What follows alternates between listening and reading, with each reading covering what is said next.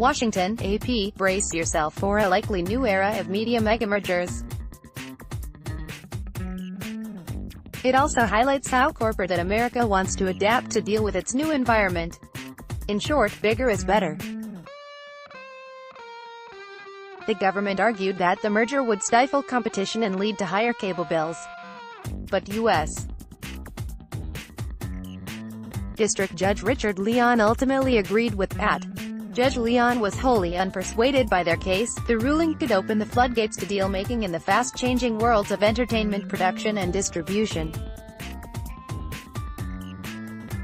Major cable, satellite and phone companies are bulking up with purchases of entertainment conglomerates to compete against rivals such as Amazon and Google. Waiting in the wings are potential big billions deals involving 21st Century Fox and Disney, Verizon and CBS, T-Mobile and Sprint. Comcast and Verizon are also jockeying for position. A combined ad this past Monday, the judge's decision frees wireless and pay TV giant movie studio, Game of Thrones, coveted sports programming and other must-see shows.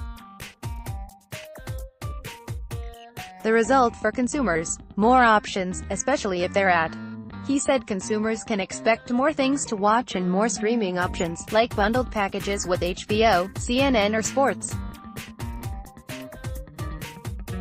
It's a major shot across the bow at other wireless and cable providers, I've said, but he acknowledged that consumers might eventually end up paying more, too. Leon said the government failed to prove that the merger would lead to higher prices and other harm to consumers. Despite Justice Department lawyers taking their best shot, he said, their evidence was too thin a reed for this court to rely on. The judge added that he wouldn't temporarily block the merger for a possible appeal by the government. The drop-dead deadline for completing the merger is June 21st.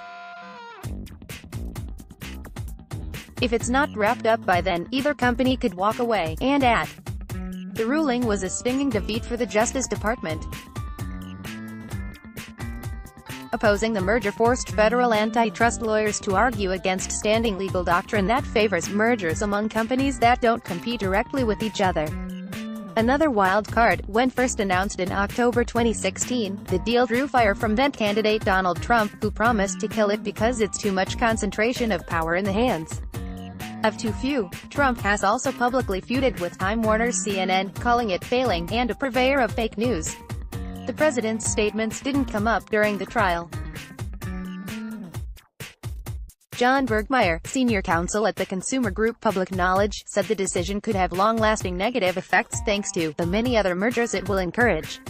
In a statement, Bergmeyer called for reinvigorated regulatory oversight of the video marketplace, Dallas-based It claims about 25 million of the 90 million or so U.S. households that are paid TV customers.